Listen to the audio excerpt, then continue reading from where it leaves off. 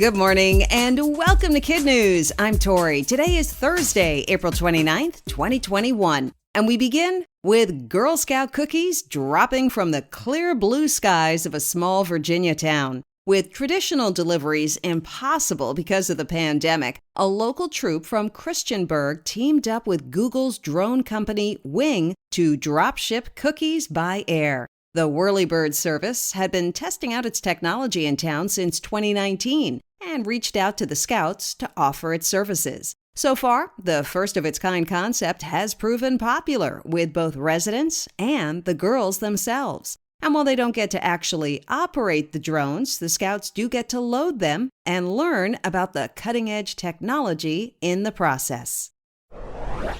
It wouldn't be a stretch to call 12-year-old Mike Wimmer of North Carolina an overachiever. Next month, not only is he graduating high school with a 5.4 GPA and his class valedictorian, but then a week later, he's also set to graduate college with an associate degree and a 4.0 GPA. Mike calls himself a math and science guy and credits his love of technology to getting his first iPad and trying to figure out how it worked when he was just 18 months old. In addition to his off-the-charts academic achievements, he's also created 2 tech startups. Despite all this, he says he's still a regular kid who enjoys hoops and playing with Legos. Mike is deciding what to do next, choosing from 2 colleges, several job offers, and a fellowship to work on one of his companies. Most powerful person on the planet aside, President Biden is, like most grandparents, really into his grandkids.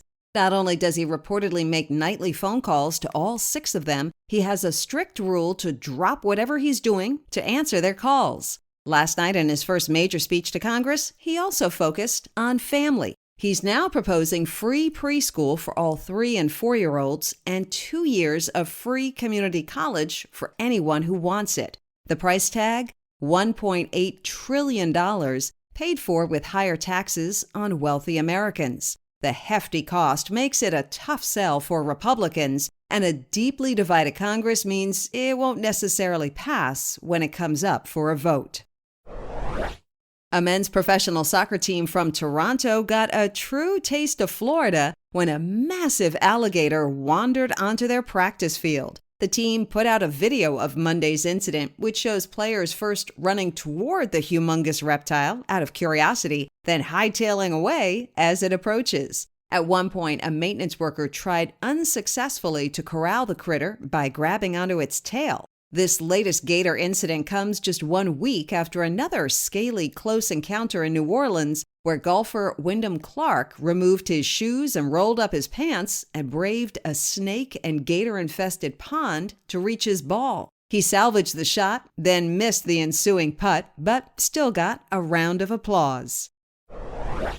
In other KidNuz notes, fans of Hamilton star Lin-Manuel Miranda have a lot to look forward to. Netflix just announced it will be streaming the new animated musical Vivo, in which Mr. Miranda voices the lead character, a kinkajou, or rainforest honey bear. This isn't his first foray into animation. He wrote songs and music for Disney's Moana. And for those whose tastes are on the more mature side, the movie version of Miranda's first Broadway musical, In the Heights, hits theaters in June.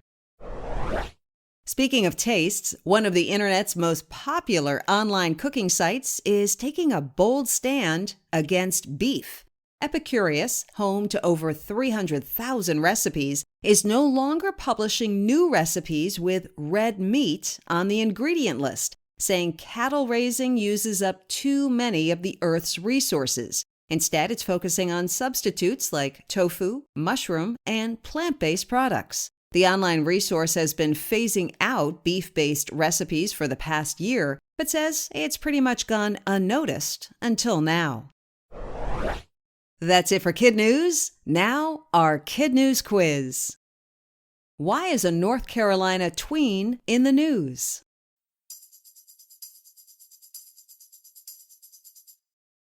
Next month, 12-year-old Mike Wimmer will graduate both high school and college 1 week apart.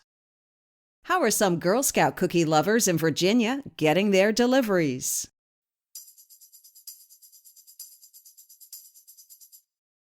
by drone.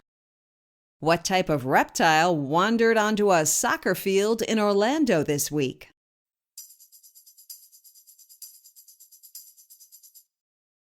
A massive alligator. What major ingredient is being phased out of recipes on a popular online cooking site?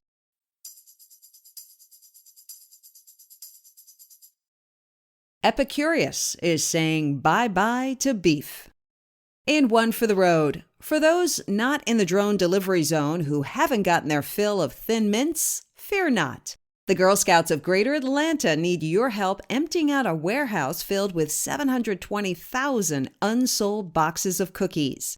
CEO Amy Dosick is blaming the sales shortfall on the pandemic, which shut down the girls' normal routine of neighborhood booths and door-to-door sales. In addition to the immediate issue of those treats going to waste is the true tale of loss. Money raised from cookie sales goes to support community service projects and help send scouts to camp.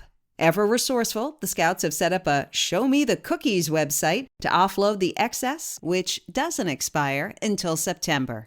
Before we go, it's time to shout out our terrific KidNuz teachers and their classrooms, starting with Ms. Baum at Sunningdale Elementary in Moose Jaw, Saskatchewan, Canada.